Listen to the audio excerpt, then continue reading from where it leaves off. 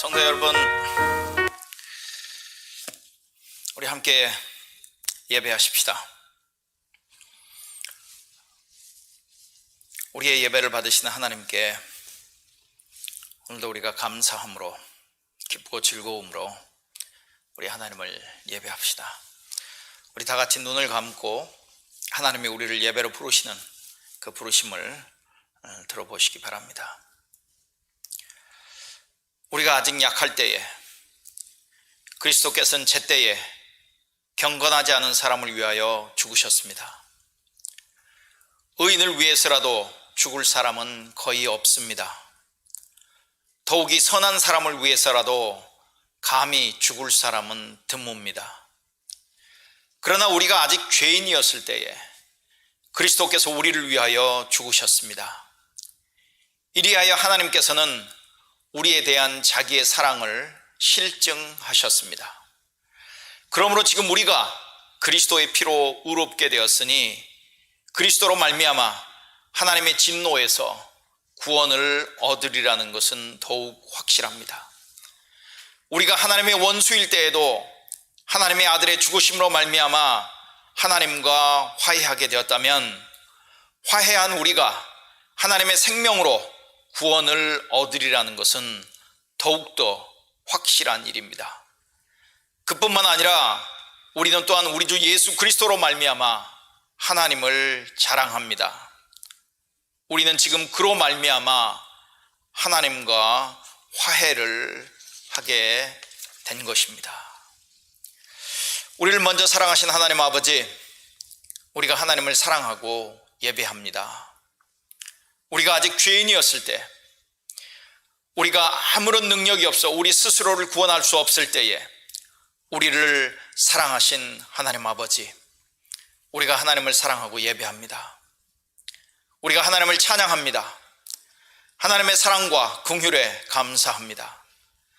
하나님이 우리를 먼저 사랑하셨기에 우리가 하나님을 그리고 이웃을 기쁨으로 사랑하게 하시옵소서.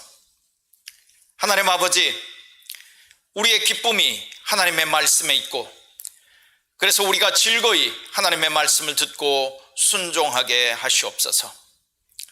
우리가 예배하는 여호와 하나님, 예수 그리스도의 아버지 하나님, 우리가 하나님을 닮게 하시옵소서. 오늘 이 예배를 통해 우리의 영혼을, 우리의 삶을 회복시켜 주시고 새 힘을 주시옵소서. 하나님 아버지, 우리의 예배를 기쁘게 받아 주시옵소서. 예수님의 이름으로 기도합니다. 아멘. 여러분, 찬송가 10장 모처럼 전능왕 오셔서 우리가 찬양을 할 텐데요, 여러분 가사를 보시면 성부, 성자, 성령 삼위일체, 하나님께서 우리의 예배 가운데 어떤 일을 하시는지를 이렇게 적고 있는 좋은 가사입니다. 우리 가사를 생각하시면서 소리내서 우리 힘차게 우리 함께 찬양하십시다.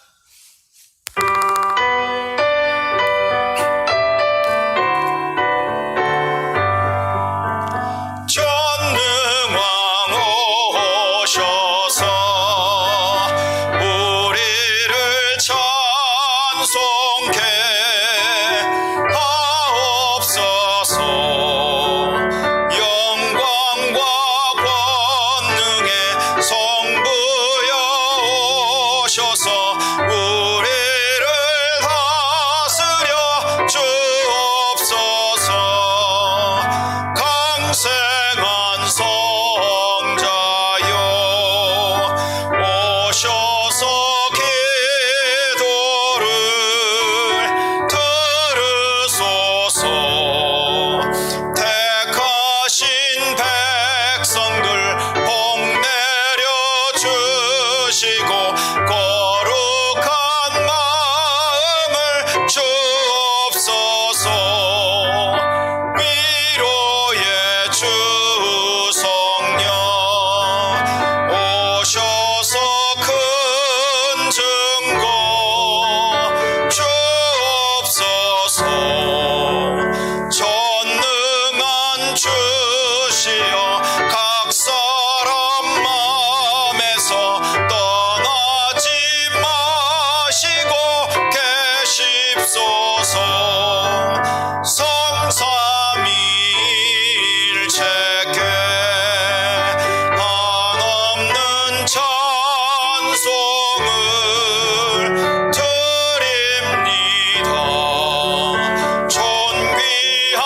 주님을 영광 중 배웠고 영원히 모시게 하옵소서. 아멘. 네, 여러분 한 주일 동안 어떤 삶을 사셨습니까? 그리고 여러분 평생 어떤 삶을 사셨습니까? 우리의 삶을 돌아보면서 우리의 개인적으로 그리고 우리의 공동체적으로 우리 회개 기도를 먼저 한 이후에 신앙 고백을 통해서 우리가 복음의 좋은 소식을 듣고 하나님의 용서의 소식을 듣고 하나님에 대한 참된 소망을 갖는 시간들을 갖기 원합니다. 우리 같이 회개 기도하겠습니다. 은혜로우신 하나님, 우리가 생각과 말과 행동으로 행함으로써 행하지 않음으로써 하나님께 죄를 범했음을 고백합니다. 우리는 온 마음으로 하나님을 사랑하지 않았습니다. 우리는 이웃을 우리 자신처럼 사랑하지 않았습니다. 우리는 진심으로 사죄하며 겸손히 회개합니다. 하나님의 아들 예수 그리스도를 통해 우리에게 자비를 베푸시고 우리를 용서하소서. 그리하여 우리가 하나님의 뜻을 기뻐하고 하나님의 길을 걷게 하시고 이로써 하나님의 이름에 영광을 돌리게 하소서. 여러분, 우리 함께 사도신경으로 우리의 신앙을 고백하겠지만 이 사도신경은 정말 복음의 내용을 잘 요약해주고 있는 그런 신앙 고백입니다. 우리 함께 고백하겠습니다. 나는 전능하신 아버지 하나님, 천지의 창조주를 믿습니다. 나는 그의 유일하신 아들 우리 주 예수 그리스도를 믿습니다. 그는 성령으로 잉태되어 동정녀 마리아에게서 나시고 본디오 빌라도 아래에서 고난을 받아 십자가에 못 박혀 죽으시고 장사된 지 사흘 만에 죽은 자 가운데서 다시 살아나셨으며 하늘에 오르시어 전능하신 아버지 하나님 우편에 앉아 계시다가 거기로부터 살아있는 자와 죽은 자를 심판하러 오십니다. 나는 성령을 믿으며 거룩한 공교회와 성도의 교제와 죄를 용서받는 것과 몸의 부활과 영원한 생명을 믿습니다. 아멘. 여러분, 우리 찬송가 563장 예수 사랑하심을 우리가 이 찬양을 할 텐데요, 아마 어려서부터 교회를 다니시고 이렇게 믿게 되신 분들은 오랫동안 굉장히 익숙한 친근감이 있는 그런 찬송일 것입니다. 이 찬송 곡조가 꼭 유년주일학교에 어울리는 것 같아 보이지만 정말 가사와 내용과 멜로디는 정말 하나님이 우리를 얼마나 사랑하셨는지, 우리는 그 사랑을 어디에서 발견할 수 있는지를 잘 알려주는 말씀입니다. 우리 예수 사랑하심을 우리 함께 찬양하시겠습니다.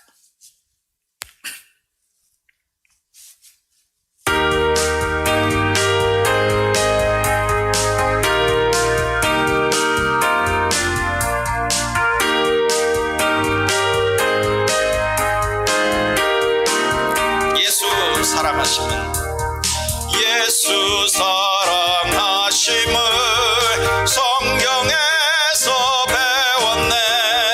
우리들은 약하나 예수 권세 많도다.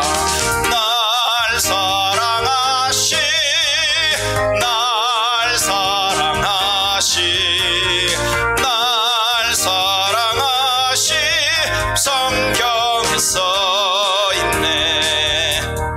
나를 사랑하시고 나의 죄를 다시 써 하늘 문을 여시고 들어가게 하시네.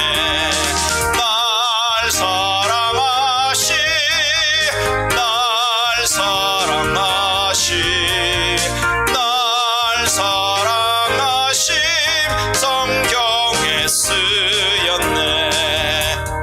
내가 연약할수록 더욱 귀히 여기사 높은 보좌 위에서 낮은 나를 보시네. 날 사랑하시 날 사랑하시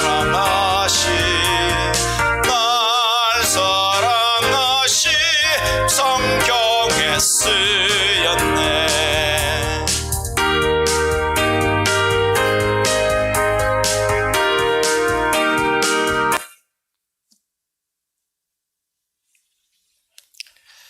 네,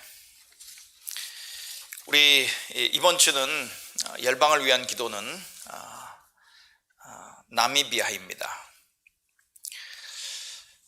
남아프리카, 사우스 아프리카에 그 아프리카 대륙의 제일 남쪽에 있죠. 그 남아프리카의 북서쪽에 위치하고 있고, 나미비아라고 하는 나라의 동쪽으로는 보츠와나가 위치하고 북쪽으로는 앙골라가 이렇게 위치해 있습니다. 인구는 약 253만 명입니다. 그런데 면적은 한반도의 3.7배에 해당합니다. 수도는 빈트후크, 정부 형태는 대통령 중심제이고요. 1990년에 남아공에서 독립했습니다. 1인당 GDP는 5,100불 정도입니다. 대한민국과는 1990년에 수교를 했고요. 2018년 통계에 의하면 우리 한국 교민이 38명, 38명이 나미비아에 거주하고 있습니다. 이 나미비아에는 33개의 종족이 있고 미전도 종족은 없습니다. 그러니까 미전도 종족으로 분류되는 인구도 없죠. 기독교가 거의 90%에 해당합니다. 복음주의는 12.5%, 복음주의는 매년 2.2% 정도 성장하고 있다는 통계가 있습니다. 나머지는 토속 종교로 우리가 분류할 수 있겠습니다. 오늘은 이 나미비아를 위한 열방을 위한 기도 동영상을 보시면서 함께 기도에 동참해 주시기 바랍니다.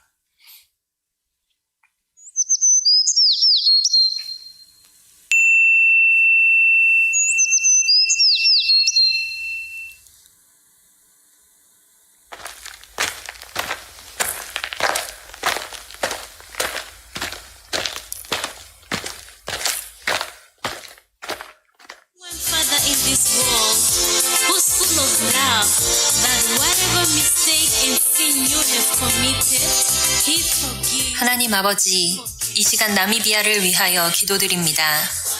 나미비아는 천연 자원이 풍부하고 어느 정도 안정적인 나라이지만 정부의 지도력과 사회 공동체가 분쟁과 충돌을 피하고 조화를 이루어야만 심각한 위기를 피할 수 있습니다. 인구의 35%가 실업자이고 세계에서도 에이즈 감염률이 4번째로 높은데 정부와 지도자들이 빈곤과 토지 소유, 에이즈 문제를 지혜롭게 해결해 나가고 하나님의 공평과 정의로 나라를 다스리게 하시옵소서. 자유주의 신학과 혼합주의적 아프리카 정령 숭배는 나라의 영적 유산을 침식시키고 많은 기독교인들은 명목상의 믿음과 비성경적인 행위를 드러내고 있는데 이 땅의 영적 각성과 회복을 허락하시고 교회와 믿는 자들이 성경 말씀에 기초한 믿음을 회복하며 하나님의 영광을 나타내게 하시기를 기도합니다. 대부분이 정령 숭배자인 산족, 음부쿠시족, 와예이족, 푸웨족, 흰바족과 딘바족 등 복음 전파가 미미한 종족에도 하루속히 예수 그리스도의 복음이 전해지고 많은 영혼들이 구원에 이르게 하시옵소서. 나미비아 복음주의 신학교와 선교 훈련원을 통해 목회자와 지도자들이 양성되고 나라의 미래를 이끌어갈 영향력 있는 영적 리더들이 세워지기를 간구합니다. 하나님, 이 땅을 축복하시고 주의 선하신 뜻을 이루어 주시옵소서. 예수 그리스도의 이름으로 기도드립니다. 아멘.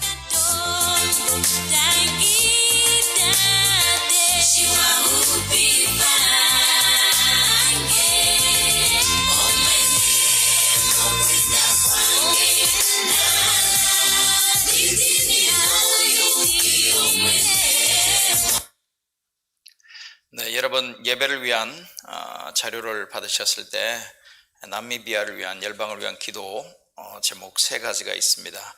여러분 한 번이라도 읽으면서 진심으로 하나님 앞에 그렇게 또 기도하시는 한 주일의 삶이 되시기를 바랍니다. 오늘은 우리 이성백 집사님께서 대표로 기도 인도해 주시겠습니다. 우리 함께 기도하시겠습니다.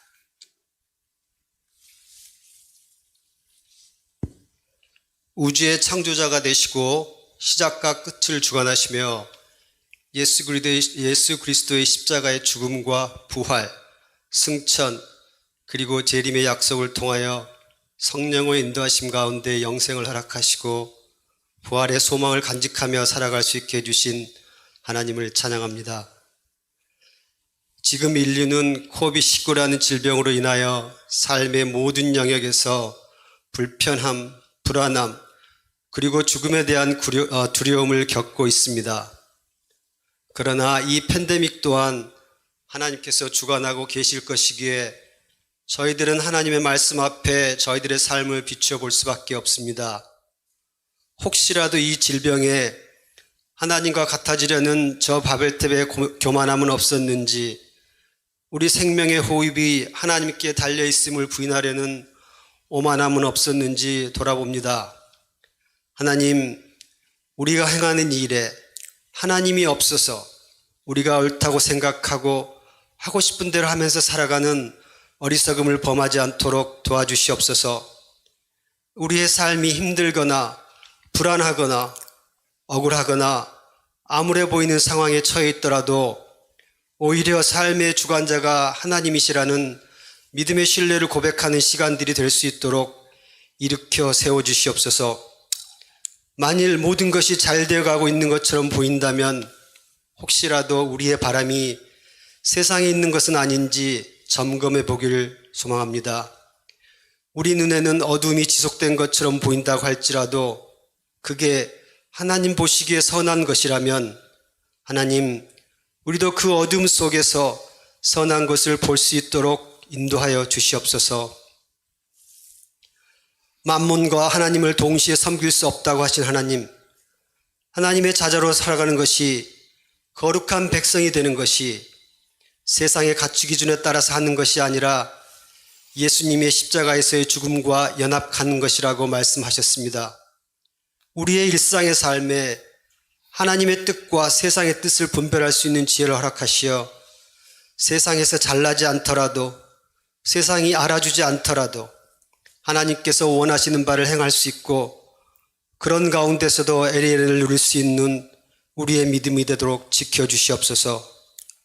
내 이웃을 내 몸과 같이 사랑하라고 하신 하나님, 하나님 사랑이 결국 이웃 사랑이라고 하셨으니 우리의 도움을 필요로 하는 사람은 없는지 돌아보고 주님의 필요를 채워드리는 심정으로 보살필 수 있는 선한 마음을 갖도록 도와주시옵소서. 더불어 우리 각자에게 맡겨진 것이 무엇인지 돌아보고 주신 달란트에 감사하며 믿음에 근거하여 사용될 수 있도록 인도하여 주시고, 혹여라도 이 달란트가 주님을 배반하는 데 사용되는 악하고 게으른 자가 되지 않도록 분별의 지혜를 더하여 주시옵소서. 유일하신 하나님과 그의 보내신 자 예수 그리스도를 아는 것이 영생이라고 하신 하나님, 우리가 말씀을 배우지 않고 어떻게 하나님과 영생을 그릴 수 있겠습니까? 우리가 평생 알았던 하나님이 말씀에서 드러내고자 하는 하나님이 아니라면 우리의 삶이 얼마나 허망한 것이 되겠습니까? 교회에서 하고 있는 말씀을 배울 수 있는 자리에 적극적으로 참여할 수 있는 마음과 시간을 허락하셔서 하나님을 정확하게 배우고 삶으로 실천하는 신령한 예배의 삶을 살아낼 저희들이 될 수 있도록 인도하여 주시옵소서. 이 어려운 시기에 모든 성도들을 챙기느라 애쓰시는 목사님과 사모님께 영육간의 강건함을 더하여 주시고, 코아 식구들을 챙기는 목자 가정들, 오늘 예배를 위해 보이지 않는 곳에서 애쓰는 손길들 위에도 성령님의 위로하심과 보호하심이 함께하길 기도합니다. 이제 목사님을 통하여 하나님의 말씀을 듣게 됩니다. 준비해 주신 하나님 나라의 비밀을 통해 우리의 죄악된 모습을 다시 살펴보고 오직 예수 그리스도와 연합하는 것만이 우리의 살 길임을 확신하는 귀한 말씀의 시간이 되길 간구하며 이 모든 말씀 예수 그리스도의 이름으로 기도합니다. 아멘. 네, 이제는 우리가 하나님의 말씀을 들을 시간입니다. 사무엘이 고백한 것처럼 하나님 말씀하시옵소서 제가 듣겠나이다 하는 마음으로 오늘도 하나님의 말씀을 전하고 듣는 시간들이 되기를 바랍니다. 오늘 본문 말씀은 요한 1서입니다. 신약성경 저 뒤편에 요한계시록에서부터 넘어오면 더 빠르게 찾을 수 있겠죠. 요한 1서 4장 7절부터 21절까지의 말씀입니다. 요한 1서 4장 7절부터 21절 말씀입니다. 저는 지금은 쉬운 성경으로 읽겠습니다만 아마 설교 중에는 새번역 성경의 번역으로 아마 말씀을 많이 설명을 하게 될 겁니다. 요한 1서 4장 7절부터 21절 하나님 말씀입니다. 사랑하는 친구들이여, 우리는 서로 사랑해야 합니다. 왜냐하면 사랑은 하나님께로부터 오기 때문입니다. 사랑하는 사람은 하나님의 자녀가 된 것이며 또한 하나님을 안다고 할 수 있습니다. 하나님은 사랑이시기에 사랑할 줄 모르는 사람은 하나님을 알지 못하는 자입니다. 하나님은 그의 독생자를 이 땅에 보내심으로 우리를 향한 그분의 사랑을 보여주셨으며 그를 통해 우리에게 생명을 주셨습니다. 진실한 사랑이란 하나님을 향한 우리의 사랑이 아니라 우리를 향한 하나님의 사랑인 것입니다. 하나님은 당신의 아들을 보내셔서 우리의 죄를 위해 화목 제물이 되게 하셨습니다. 사랑하는 친구 여러분, 하나님께서 이처럼 우리를 사랑해 주셨으니 우리 역시 서로를 사랑해야만 합니다. 어느 누구도 여태까지 하나님을 본 적이 없습니다. 그러나 우리가 서로 사랑하면 하나님께서 우리 안에 거하십니다. 우리가 서로 사랑할 때 하나님의 사랑은 우리 안에서 완전해질 것입니다. 우리는 우리가 하나님 안에서 살고 하나님께서 우리 안에 계신다는 사실을 알고 있습니다. 이는 하나님께서 우리에게 주신 그의 성령을 통해 알 수 있습니다. 우리는 아버지께서 그의 아들을 세상의 구주로 보내신 것을 보았고 또 그것을 증언합니다. 만약 누구든지 나는 예수님께서 하나님의 아들이심을 믿어요 라고 얘기하면 하나님께서는 그 사람 안에 거하시고 그는 하나님 안에 살게 됩니다. 이로써 우리는 하나님께서 우리를 위해 베푸신 그 사랑을 알 수 있고 그 사랑을 굳게 믿을 수 있습니다. 하나님은 사랑이십니다. 사랑 안에 사는 사람은 하나님 안에 사는 사람이며 하나님도 그 사람 안에 계십니다. 하나님의 사랑이 우리 안에 완전해질 때 우리는 하나님께서 심판하시는 그날에 아무 두려움도 있을 수 없는 것은 아무 두려움 없이 설 수 있을 것입니다. 우리에게 어떤 두려움도 있을 수 없는 것은 우리가 이 세상에서 예수님과 같아지기 때문입니다. 사랑이 있는 곳에는 두려움이 없습니다. 왜냐하면 완전한 사랑이 두려움을 내어 쫓기 때문입니다. 사람을 두렵게 만드는 것은 벌을 받을지도 모른다는 마음 때문입니다. 그러므로 두려움을 갖고 있는 사람은 사랑을 완성하지 못한 사람입니다. 하나님께서 우리를 먼저 사랑해 주셨기 때문에 우리도 사랑해야 합니다. 어떤 사람이 나는 하나님을 사랑해요 라고 말하면서 그의 형제를 미워하면 그는 거짓말쟁이입니다. 이는 눈에 보이는 자기 형제도 사랑하지 못하면서 보이지 않는 하나님을 사랑할 수는 없기 때문입니다. 그러므로 하나님께서는 누구든지 하나님을 사랑하는 사람은 자기 형제들도 사랑해야 한다고 우리에게 명령하셨습니다.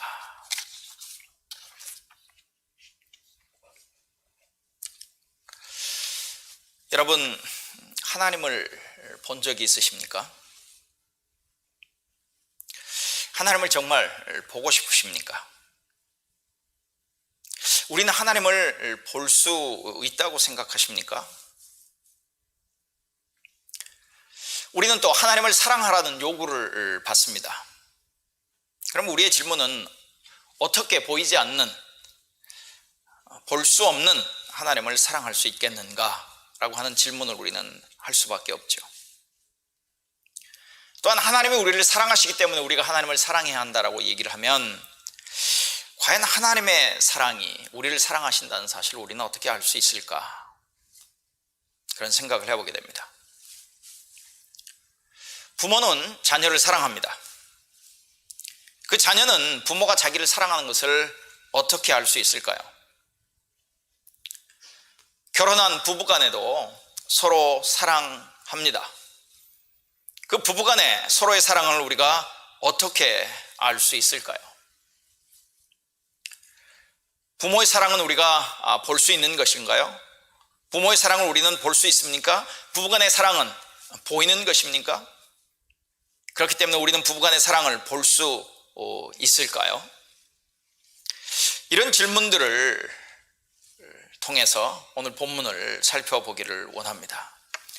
오늘 본문을 관찰을 해보면 여러분, 오늘 본문에 사랑하다, 사랑하는 여러분, 사랑이라고 하는 단어가 참 많이 나옵니다.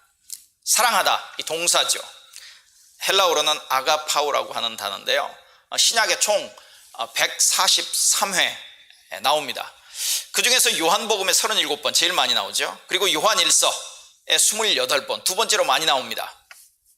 그런데 오늘 본문에만 15번 나옵니다. 요한일서에 28번 나오는데 오늘 본문에만 4장 7절부터 21절까지 그 본문에만 15번이 나옵니다. 형용사는 2번 나옵니다. 사랑하는 자들아, 7절과 11절. 그리고 사랑이라고 하는 그 아가페, 여러분 금방 아시죠? 그거는 신약에 총 116번 나오는데 고린도전서에 가장 많이 나옵니다. 14번, 에베소서에 10번, 그리고 요한일서에 18번이 나오는데 오늘 본문에만 12번이 나옵니다. 그러니까 오늘 본문이 무엇을 말하는지 우리는 쉽게 알 수 있죠. 네, 사랑하다, 그리고 사랑이라고 하는 단어가 총 30번 정도 나오고 있습니다. 그러니까 오늘 본문의 주제는 사랑이라는 것을 우리는 쉽게 알 수 있고, 그 사랑을 조금 더 이렇게 나눠서 얘기를 한다면 하나님이 우리를 어떻게 사랑하셨는가, 그리고 우리는 어떻게 또 다른 성도를 사랑해야 하는가에 대한 말씀입니다. 오늘 본문은 이렇게 구조가 되어 있습니다. 이 구조를 알면 조금 더 이해하기가 쉬울 수 있을 것입니다. 서론이 있고 결론이 있는데 서론과 결론이 똑같습니다. 여러분 서로 사랑하십시오. 여러분 서로 사랑하십시오. 네, 서로 사랑하십시오. 7절에 나오고 19절에 나오는 말씀입니다. 그러니까 왼쪽 괄호가 서로 사랑하십시오, 오른쪽 괄호가 또 서로 사랑하십시오. 그러면 오른쪽과 왼쪽의 괄호 안에 들어있는 내용은 그럼 뭐냐? 이렇습니다. 하나님이 우리를 먼저 사랑하셨습니다. 하나님은 사랑이십니다. 하나님의 사랑을 어떻게 우리에게 나타내 보이셨는가 하면 하나님은 그의 아들을 우리에게 보내셨고 그분을 화목제물로, 우리의 죄를 위한 화목제물로 보내셨습니다. 그러니까 우리가 예수를 믿는다는 것, 우리가 하나님을 믿는다는 것은 하나님 안에 거한다는 말이고, 하나님 안에 거한다는 말은 사랑 안에 거한다는 말이고, 그러니까 우리가 사랑 안에 거한다면 우리는 마땅히 사랑해야 합니다. 뭐 그런 내용이 이렇게 그 가운데 들어있다고 하는 것이죠. 그런데 처음과 마지막은 여러분 우리 서로 사랑합시다, 여러분 사랑하는 삶을 살아야 합니다 라고 하는 내용을 전하고 있다고 하는 것이죠. 여기서 서로 사랑이라고 얘기할 때 그 대상은 그리스도인 공동체 내에서 또 다른 그리스도인들 간에 이루어지는 서로 사랑을 말하는 것입니다. 오늘 본문은 분명히 그리스도인 공동체에게, 그리고 그 공동체에 속한 각각의 그리스도인에게 여러분 서로 사랑하십시오 라고 말씀하고 있다고 하는 것이죠.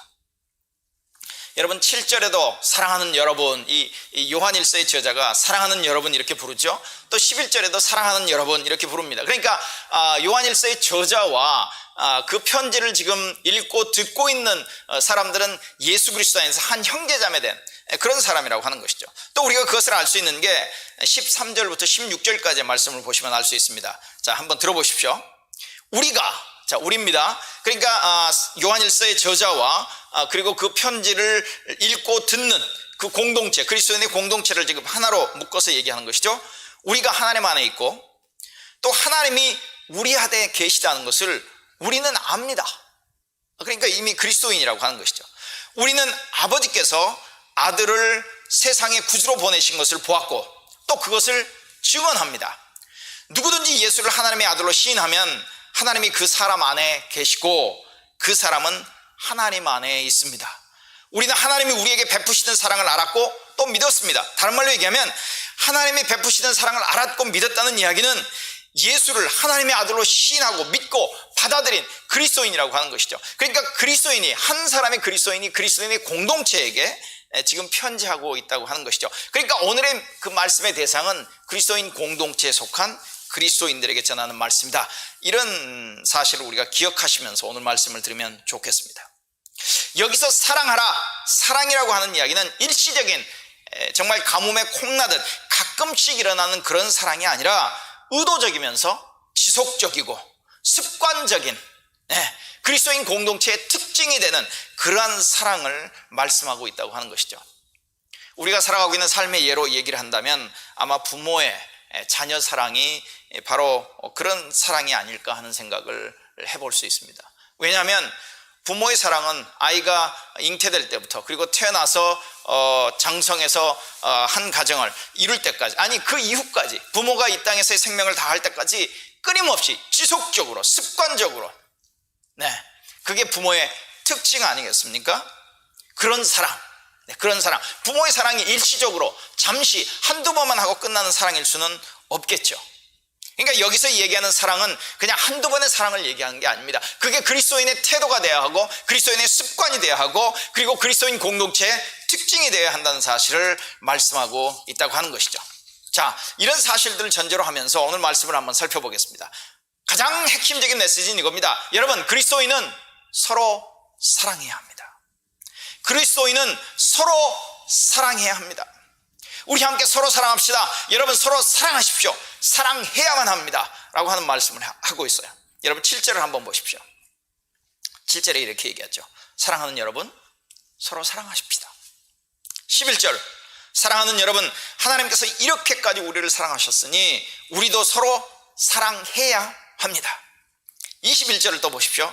하나님을 사랑하는 사람은 자기 형제 자매도 사랑해야 합니다. 그런데 여러분, 그리스도인은 사랑해야 합니다의 이야기가 아니라 그리스도인은 서로 사랑해야 합니다. 성숙한 그리스도인은 성숙하지 않은 그리스도인을 일방적으로 사랑해야 합니다, 그 말이 아닙니다. 그리스도인 공동체에 속하는 그리스도인은 누구나 다 서로 사랑해야 한다고 하는 것이죠. 여러분, 가끔 우리가 신앙생활을 하다 보면 이런 이야기를 듣습니다.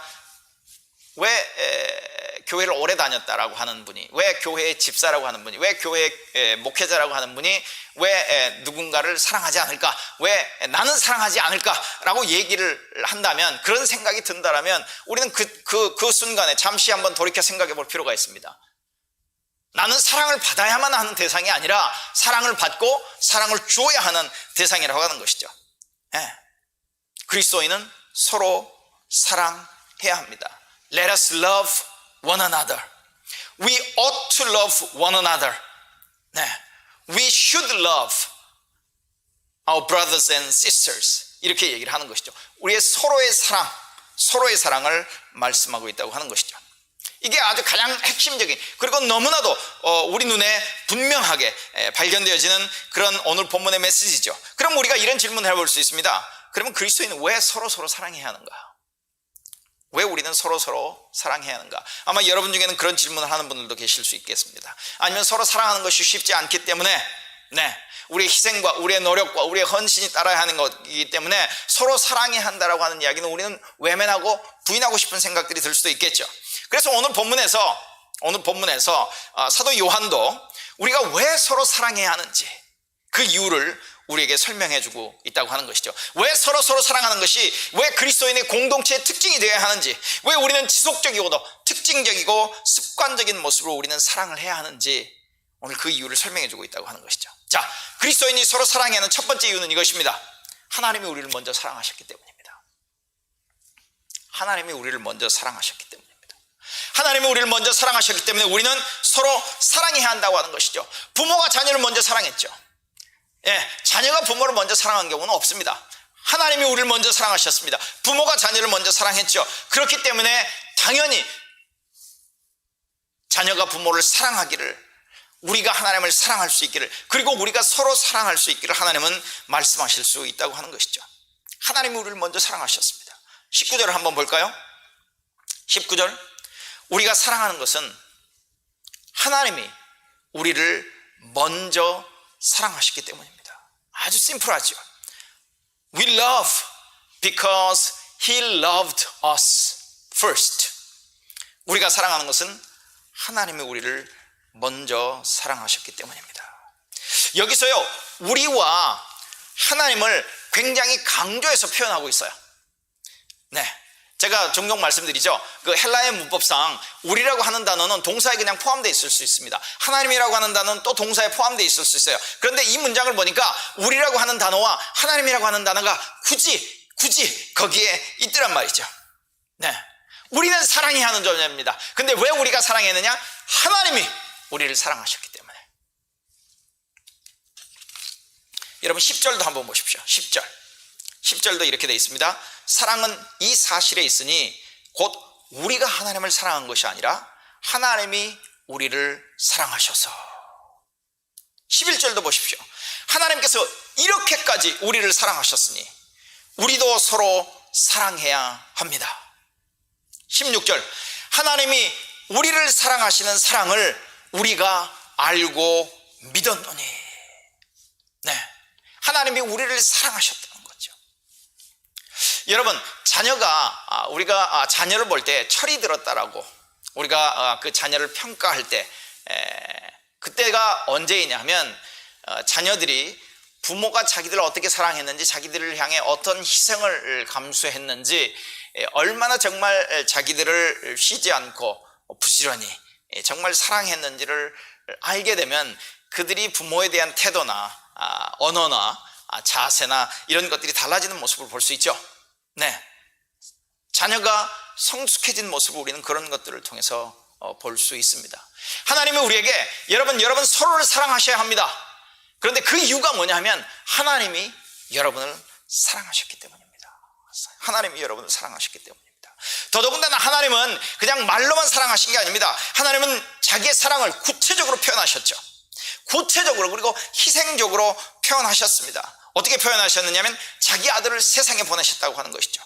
자기 아들을 세상에 보내셨고, 심지어 그 자기 아들을 우리의 죄의 문제를 해결하기 위한 화목제물로 세상에 보내셨다.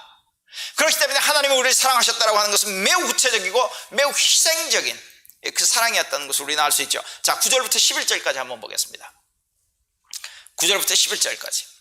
하나님의 사랑이 우리에게 이렇게 드러났으니 곧 하나님이 자기 외아들을 세상에 보내주셔서.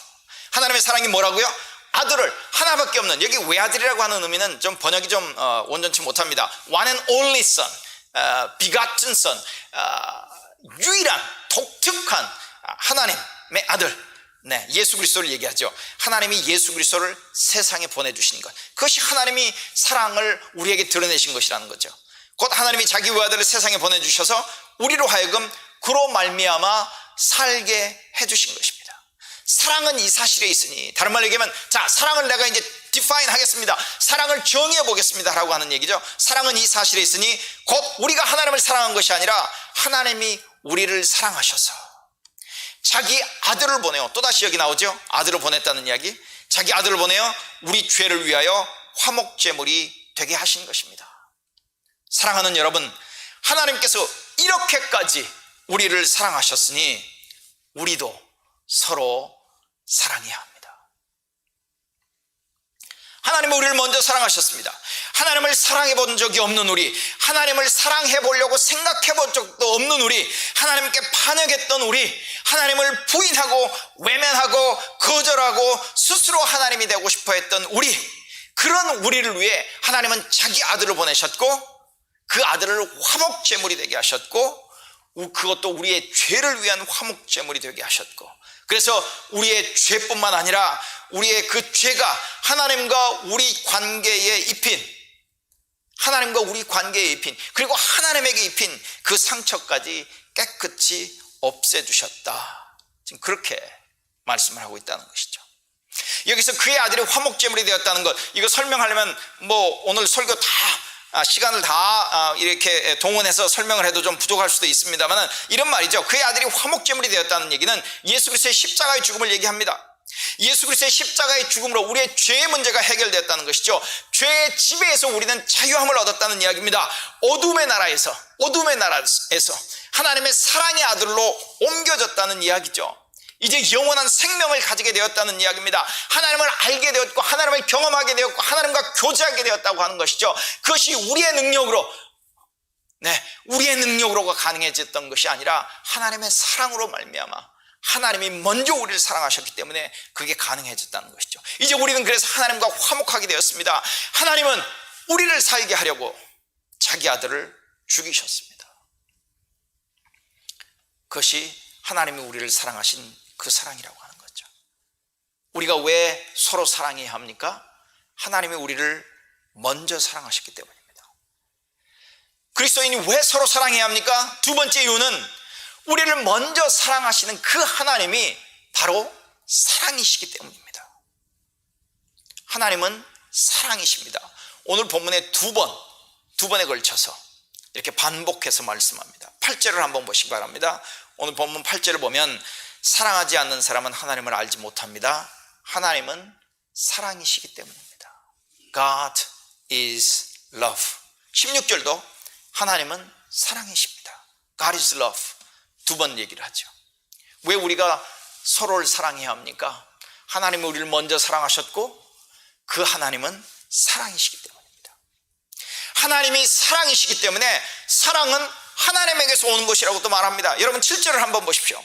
사랑하는 여러분 서로 사랑합시다. 왜냐하면 쉬운 성경에는 왜냐하면이 붙어 있습니다. 맞습니다. 그 부분이 강조돼야 합니다. 사랑하는 여러분 서로 사랑합시다. 왜냐하면 사랑은 하나님에게서 난 것입니다. Let us love one another because love is from God. 하나님은 사랑이신데 그러니까 그 사랑이 하나님에게서 시작되어졌다고 하는 것이죠. 여기서 얘기할 때 하나님은 사랑이시다라고 얘기할 때 사랑은 하나님이 행하시는 모든 것을 특징짓는 하나님의 성품 중에서도 하나님의 본질 중에서 아주 유일한 아주 독특한 다른 것과 굉장히 구별되어지는 다른 것보다도 뛰어난 것이라고도 얘기해 볼 수 있습니다. 하나님이 창조하셨습니다. 그 창조도 하나님은 사랑 안에서 창조하셨습니다. 하나님의 온 우주 피조물을 하나님이 다스리십니다. 그 다스림실 하나님은 사랑 안에서 다스리십니다. 하나님은 자기를 드러내십니다. 자기 백성들에게 자기를 드러내세요. 자기를 드러내시는 일도 하나님은 사랑 안에서 드러내셨습니다. 하나님은 자기 백성을 복 주십니다. 온 피조물을 복 주시죠. 그 복 주심도 하나님의 사랑 안에서 복을 주셨다고 하는 것이죠. 하나님이 때로는 책망하십니다. 그 책망하심도 하나님은 사랑 안에서 책망하시는, 왜냐하면 하나님은 사랑이시기 때문에 그렇습니다. 그리스도인이 왜 서로 사랑해야 합니까? 하나님이 먼저 우리를 사랑하셨기 때문입니다. 하나님은 사랑이시기 때문입니다. 세 번째 이유는 그리스도인은 바로 그 사랑이신 하나님에게서 났기 때문에 그렇습니다. 우리 그리스도인들도 우리의 근원을 보면 하나님으로부터 태어난 자들입니다. 하나님이 우리를 거듭나게 하셨다는 것이죠. 하나님이 우리를 새로운 생명을 우리에게 주셨다는 말입니다. 그래서 우리는 하나님을 알고 우리는 하나님 안에 거하는 사람들이기 때문에 우리는 서로 사랑할 수밖에 없는, 사랑해야만 하는 그런 존재라고 하는 것이죠. 여러분, 그리스도인은 사랑이신 하나님에게서 난 사람들입니다. 이 말을 좀 여러분 잘 한번 들어보시기 바랍니다. 하나님이 우리를 태어나게 하셨습니다. 그런데 그 하나님은 바로 사랑이시에요. 우리는 사랑이 우리를 태어나게 했다라고 얘기할 수 있습니다. 사랑은 곧 하나님입니다. 하나님은 사랑이시기 때문이죠. 그러니까 사랑과 하나님은 interchangeably 그냥 이렇게 바꿔서 우리가 사용할 수 있습니다. 우리가 사랑에서 태어났다는 얘기는 하나님에게서 태어났다는 얘기고, 우리의 근원이 사랑이니까, 우리의 근원이 하나님이니까, 그 근원의 하나님은 바로 사랑이시니까 우리는 사랑할 수밖에 없는 존재라고 하는 것이죠. 자, 7절과 한번 8절을 다시 한번 보시겠습니다. 이렇게 얘기합니다. 7절과 8절은 서로 사랑합시다. 왜냐하면 사랑은 하나님에게서 난 것입니다. 그랬잖아요. 사랑은 하나님에게서 났습니다. 문자 그대로 번역하면요, love from God, love out of God 이렇습니다. 문자 그대로 번역하면 love out of God. 그런데 그 다음 보세요. 사랑하는 사람은 하나님에게서 났고 할 때 이 사랑하는 사람도 out of God입니다. 표현이. 그러니까 사랑도 out of God, 그리스도인도 out of God. 그 얘기는 뭐예요? 사랑과 그리스도인의 근원이 하나님이라는 거죠. 근데 그 하나님이 사랑이시라는 이야기예요. 이렇게 설명해 볼 수 있을까요? 사랑과 그리스도인의 근원이 같아요. 바로 하나님입니다. 그러니까 그리스도인은 서로 사랑해야 한다. 지금 이런 얘기를 하고 있는데요. 이걸 설명을 해보면 이럴까요? 부모들이, 자식이 많은 부모들, 요즘은 자녀가 하나 둘이기 때문에 그런 일들이 없을 수 있습니다. 그런데 하나 이상이면 꼭 이런 일들이 있죠. 자녀들이 싸울 때가 있습니다. 네. 자녀들의 사이가 좋지 않을 때가 있어요. 그럴 때 부모가 자녀들을 앉혀놓고 이렇게 얘기하죠. 너희들 형제 아니냐? 너희들 남매 아니냐? 너희들 자매 아니냐? 너희들 그렇게 사랑해서는 안 되지. 다른 사람은 몰라도 너희들끼리는 사랑해서는 안 되지. 그런 얘기를 자주 하죠. 왜 그러죠? 너희는 같은 부모를 두고 있지 않냐? 너희들은 같은 그 근원이 있지 않냐? 똑같은 부모에서 태어난 아들, 딸, 형제, 자매, 남매가 아니냐? 그러니까 너희들은 다른 어떤 이유보다도 너희들은 서로 사랑해야 하는 거야. 너희들은 서로 의지하고 서로를 도와야 하고 서로를 격려하고 서로의 필요를 채워주고 하는 그런 너희들 사랑해야 하는 것 아니냐? 우리가 그런 얘기를 해볼 수 있죠. 여기서 지금 사도 요한이 여러분 그리스도인은 서로 사랑해야 합니다라고 얘기할 때 바로 사랑도 하나님에게서 났고 그리스도인도 하나님에게서 났기 때문에 우리의 근원이 같기 때문에 똑같은 근원을 공유하고 있기 때문에 우리는 서로 사랑해야 한다. 그런 말씀을 한다는 것이죠. 그 다음에 여러분 그리스도인이라고 하는 사람의 그 데피니션을 우리가 해보면 어떻습니까? 그리스도인은 사랑이신 하나님 안에 거하는 존재들입니다. 하나님 안에 거하는 존재들이에요. 다른 말로 얘기하면 하나님이 사랑이시라면 그리스도인이 하나님 안에 거한다면 우리는 사랑 안에 거하는 것이죠. 우리가 사랑 안에 거하기 때문에 우리는 사랑할 수밖에 없다. 지금 그렇게 얘기를 하고 있다는 것이죠. 우리가 그리스도인이라고 하는 것은 예수 그리스도로 말미암아 하나님 안에 거하는 존재이고 하나님도 우리 안에 거하고 그런데 그 하나님이 사랑이니까 우리는 사랑 안에 거하는 것이고 그 하나님이 사랑이시니까 사랑이신 그분이 우리 안에 거하니까 우리는 빼도 박도 못한다는 것이죠. 사랑에서 벗어날 수 없다는 거예요. 우리의 근원도 사랑이고 우리가 머물러 살아가고 있는 그 공간도 영역도 사랑이고 모든 게 사랑이니까 우리는 사랑하지 않을 수 없다는 이야기죠. 15절과 16절 한번 봐보세요. 15절과 16절. 누구든지 예수를 하나님의 아들로 시인하면 하나님이 그 사람 안에 계시고 그 사람은 하나님 안에 있습니다. 뮤추얼이죠. 우리는 하나님이 우리에게 베푸시는 사랑을 알았고 또 믿었습니다. 하나님은 사랑이십니다. 사랑 안에 있는 사람은 하나님 안에 있고 하나님도 그 사람 안에 있습니다. 이게 그 요한의 아주 특징인데요. 똑같은 이야기를 반복하고 똑같은 이야기를 약간 다르게 반복하면서 도대체 이게 뭐지? 라고 하는 생각들을 우리가 하게 되는데 바로 이겁니다. 자, 우리는 예수 그리스도를 믿는 우리는 예수 그리스도를 하나님의 아들로 우리의 구주로 받아들이고 고백하고 영접했으면 우리는 그리스도인이죠. 그리스도인은 하나님 안에 거합니다. 그 하나님이 뭡니까? 사랑입니다. 그러니까 그리스도인은 사랑 안에 거하는 거예요. 그런데 또 반대로 우리가 하나님 안에 거하는 것뿐만 아니라 하나님도 우리 안에 거합니다. 그런데 그 하나님이 누굽니까? 사랑이에요. 그러니까 사랑이 우리 안에 거하는 거예요. 우리가 사랑 안에 거하고 사랑이 우리 안에 거하면 우리는 앞뒤 사방을 보아도 우리는 사랑으로 정의될 수밖에 없는 존재. 그러니까 우리는 서로 사랑해야 한다는 것이죠. 서로 사랑하십시오. 여러분 서로 사랑해야 합니다. 우리 서로 사랑합시다. 왜 그래야 합니까? 하나님이 우리를 먼저 사랑하셨습니다. 하나님이 바로 사랑이시기 때문에 그렇습니다. 우리 그리스도인이라고 하는 존재를 설명을 해보면 우리 그리스도인은 하나님 안에 거하고 그 하나님은 사랑이시고 그래서 우리는 하나님 안에 거하고 우리는 사랑 안에 거하고 그 하나님이 그 사랑이 우리 안에 거하기 때문에 우리는 사랑할 수밖에 없습니다. 여기 하나를 더 더하면 우리가 왜 서로를 사랑해야 하느냐? 그것은 바로 우리가 하나님을 사랑하는 그 사랑의 표현이기 때문에 그렇다 얘기할 수 있죠. 그럼 오늘은 마지막으로 이걸 질문하고 이 질문에 대한 답을 좀 하면서 말씀을 마쳐볼까 합니다. 오늘 본문을 보면 정말 놀라운 일들이 있습니다. 우리가 서로 사랑할 때 놀라운 일, 정말 엄청난 일, 우리가 상상할 수 없는, 우리가 그동안 왜 이 사실을 잊고 있었을까? 왜 나도 그걸 발견하지 못했을까? 아니, 어렴풋이는 알았지만 이렇게 구체적으로 말하고 있는 것을 왜 놓치고 있었을까 하는 생각을 하게 되는데요, 우리가 서로 사랑할 때 엄청난 일이 일어난다는 사실을 오늘 본문은 우리에게 말씀하고 있다는 것입니다. 우리가 서로 사랑할 때, 하나님의 사랑을 받은 자로서, 하나님의 사랑 안에 거하는 자로서 우리가 서로 사랑할 때, 그리스도인 공동체 안에서 서로가 사랑할 때, 목회자가 성도를 일방적으로 사랑하는 것이 아니라, 목자가 성도를 일방적으로 사랑하는 것이 아니라, 거듭난 그리스도인인 사랑만 받는 그런 것이 아니라 모두가 다 서로를 사랑할 때 놀라운 일이 그 그리스도인 공동체 안에 일어난다는 거예요. 그 중에 첫째가 이겁니다. 우리가 서로 사랑할 때 하나님이 우리를 처음 사랑하실 때 하나님이 그 의도하셨던 바, 목적하신 바가 드디어 완성이 되어진다는 겁니다.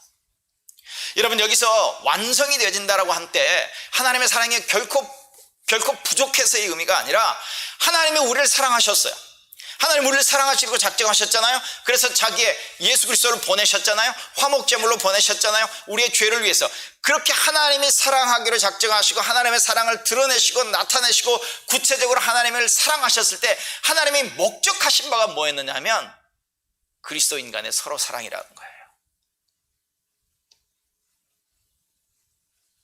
하나님이 우리를 사랑하시려고 작정하고 그것을 행동으로 옮기셨을 때 목적하신 바, 하나님이 목적하셨던 바가 이루어지는 거라는 거죠. 12절 한번 보세요. 12절.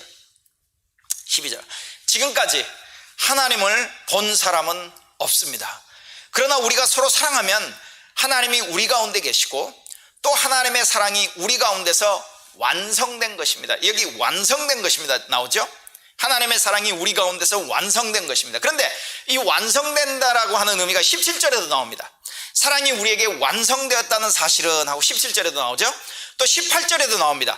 두려워하는 사람은 아직 사랑을 완성하지 못한 것입니다. 여기서 완성이라고 할 때 영어 성경은 대부분이 perfected라고 하는 단어를 이렇게 사용하고 우리말 번역에는 거의 대부분이 완성이라고 하는 단어로 이렇게 번역이 되는데요, 이 단어를 여러 가지 의미로 우리가 번역해 볼 수 있습니다. 그걸 다 여기서는 설명할 수 없고요, 여기서는 이런 의미가 가장 맞는 것 같아요. 목적을 이루다. 처음 의도하고 계획했던 목적을 이루는 거예요. 하나님이 처음 사랑으로 작정하시고 사랑을 드러내시고 실제 사랑하셨던 그 사랑이 어디에 가서 완성이 되어지느냐? 그리스도인 공동체, 그 안에서 서로가 사랑할 때 그것이 완성되어진다는 의미죠. 우리가 서로 사랑하면 하나님이 사랑하기로 작정하셨을 때 의도하신 바를 이루어 주시는 거라는 거죠. 이런 생각을 해봤어요. 이게 적당한 설명인지는 모르겠습니다만은 또 부모와 자녀의 관계를 우리가 생각을 해보면, 자, 부모가 자녀를 잉태하고 그리고 자녀가 태어납니다. 그리고 자녀를 계속 사랑하죠. 양육하죠. 필요를 채워주죠. 돌봐줍니다. 그리고 그 자녀가 성장을 합니다. 그리고 자녀가 대학에 가고 장성한 이제 직장인이 되면서 누군가를 사랑하게 됩니다. 남자를 사랑하게 되고 여자를 사랑하게 되고, 그리고 두 사람이 한 가정을 이룹니다. 한 가정을 이루고 정말 아름답게 살아가요. 그때 부모의 마음은 자녀를 낳게 하고 자라게 하고 사랑을 쏟아붓고 희생했던 그 모든 것들이 그때 의도했던 바가 완성되는 것 아니겠습니까? 물론 부모는 죽을 때까지 자녀를 계속해서 사랑하겠습니다만은 부모의 사랑이 완성되어진다라고 할 때는 부모의 사랑이 자녀를 향한 사랑이 부족해서가 아니라, 우리의 사랑은 물론 부족하죠.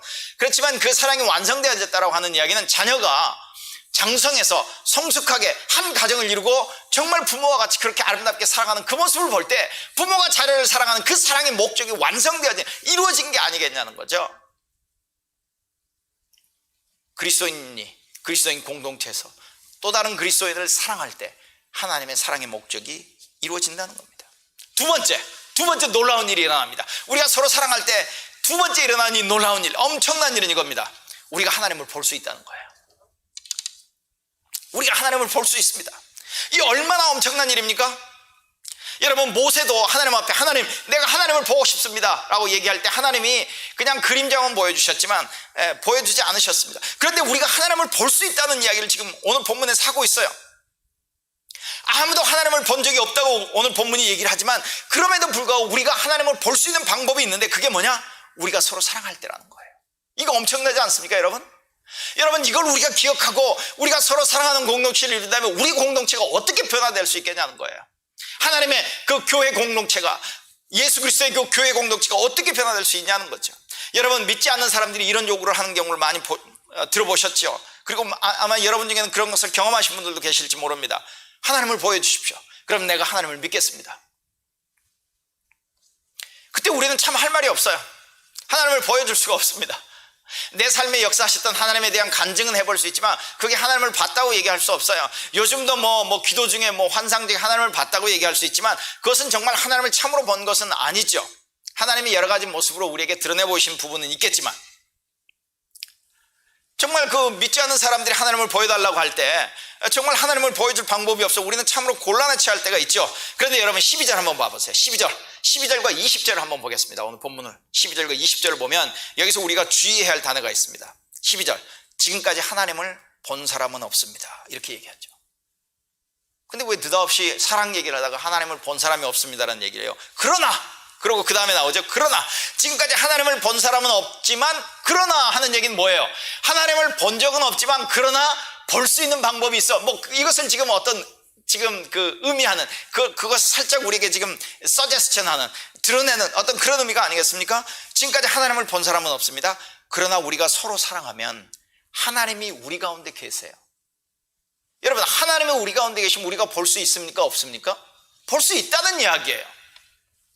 물론 우리의 눈으로는 볼 수 없습니다. 우리의 손으로는 만져질 수 없어요. 그런데 우리가 서로 사랑하면 하나님이 우리 가운데 계세요. 우리 가운데입니다. 공동체 안에예요. Among us예요. 우리 가운데 계시면 우리는 그분을 볼 수 있다는 얘기겠죠. 또 하나님의 사랑이 우리 가운데 완성된 것입니다. 20절도 보세요. 20절도 이렇게 얘기합니다. 누가 하나님을 사랑한다고 하면서 자기 형제자매를 미워하면 그는 거짓말쟁이입니다. 보이는 자기 형제자매를 사랑하지 않는 사람이 보이지 않는 하나님을 사랑할 수 없습니다. 다른 말은 뭐예요? 보이지 않는 하나님과 누구와 연결시켜요? 보이는 우리 주위에 있는 형제자매와 지금 연결시키고 있잖아요. 제가 이해하기는 여러분 서로 사랑할 때 보이는 형제자매, 그 예수 그리스도의 그 교회 공동체 안에 있는 보이는 형제자매를 사랑하는 것은 보이지 않는 하나님을 보는 것이다. 보이지 않는 하나님과 연관 있는 그런 사건이다. 지금 그렇게 얘기를 하는 겁니다. 다른 말로 얘기하면 우리가 서로 사랑할 때 우리는 하나님을 볼 수 있다는 이야기죠. 엄청난 일 아닙니까, 여러분?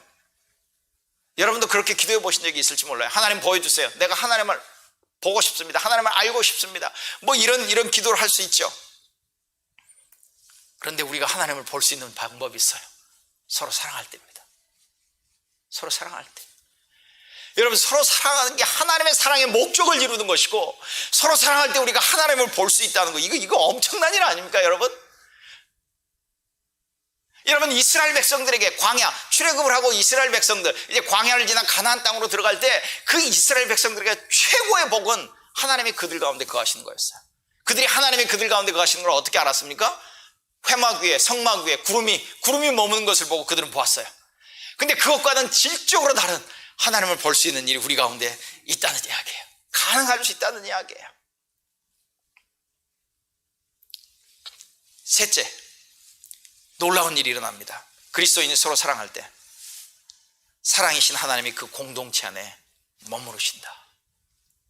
하나님이 그 공동체 안에 머무르신다. 12절 다시 한번 보세요. 12절.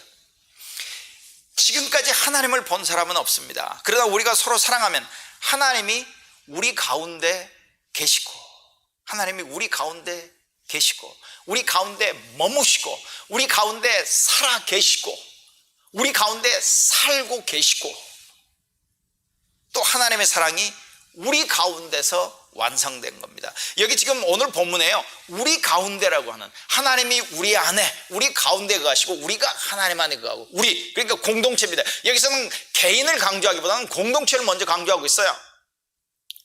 예, mutual indwelling, mutual dwelling이죠.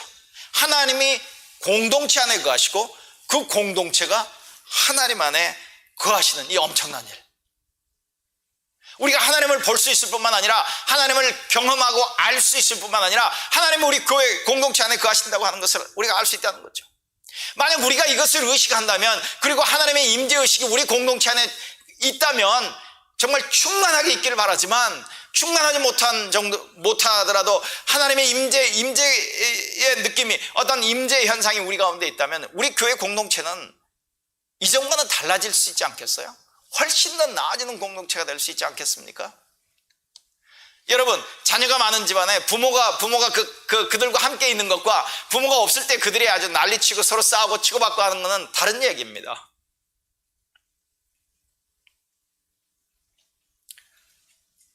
어떤 남자들이 출장을 갔을 때 아내의 어떤 프레젠스를 항상 의식하고 그것을 생각하고 아내의 그 프레젠스와 함께 한다라고 하는 생각을 했을 때 그 행동 거지와 완전히 그 어떤 남편의 그 프레젠스를 제외시켜버리고 외면해버리고 불락시켜버리는 그 사람의 행동은 엄청나게 다를 수 있겠죠. 그리스도인이 서로 사랑할 때 사랑이신 하나님이 그 공동체 안에 머무르신다는 겁니다.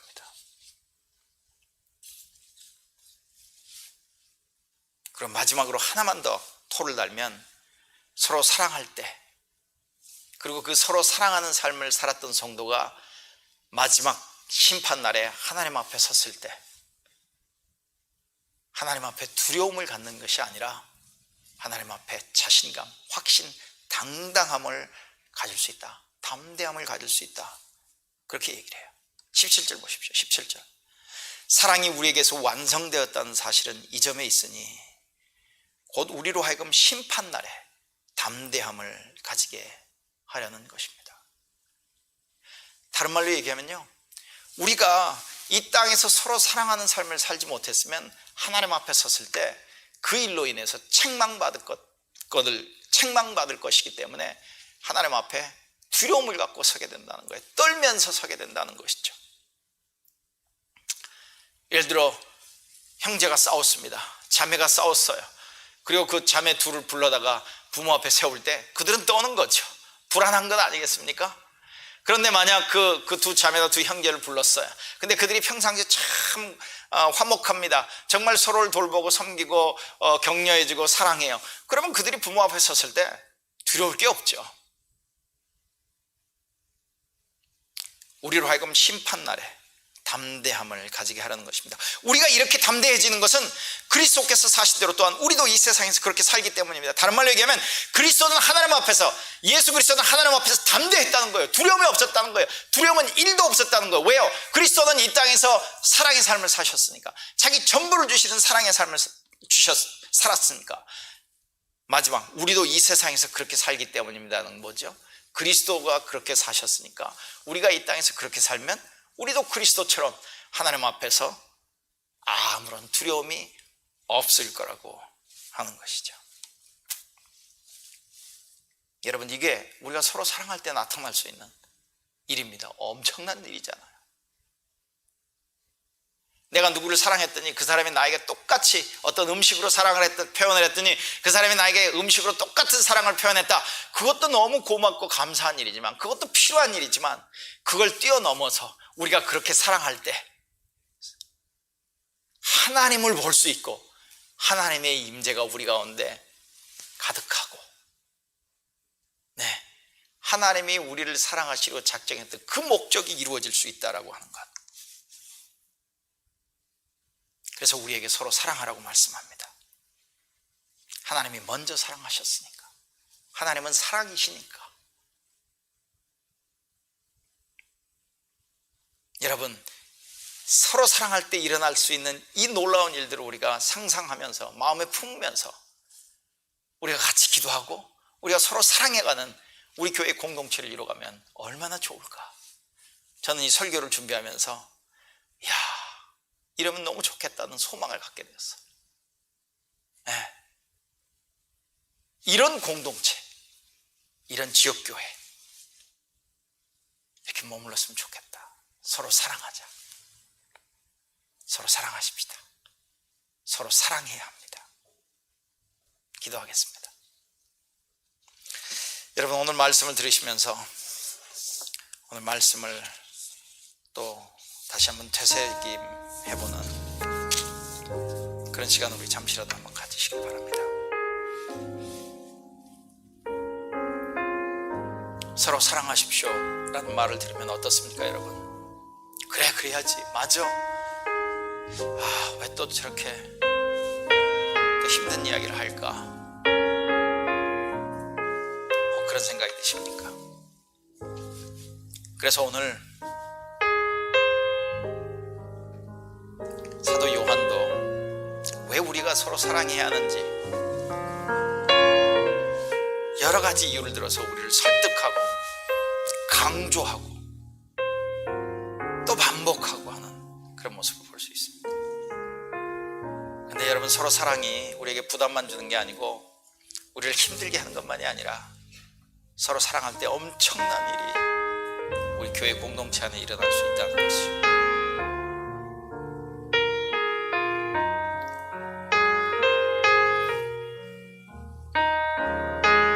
하나님을 볼 수 없는데 서로 사랑하면 하나님을 볼 수 있답니다.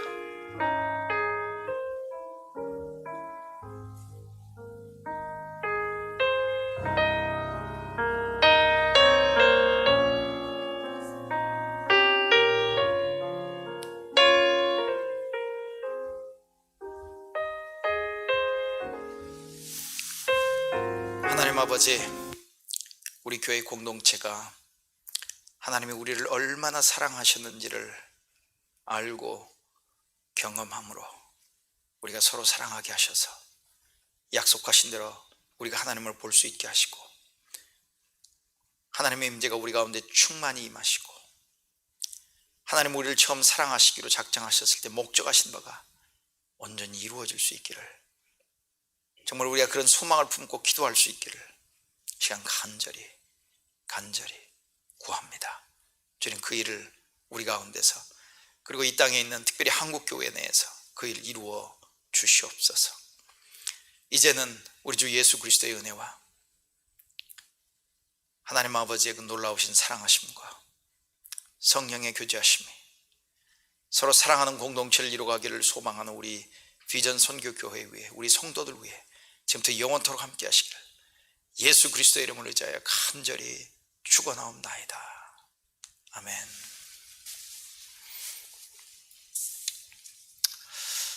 네, 여러분, 교회 소식 시간입니다.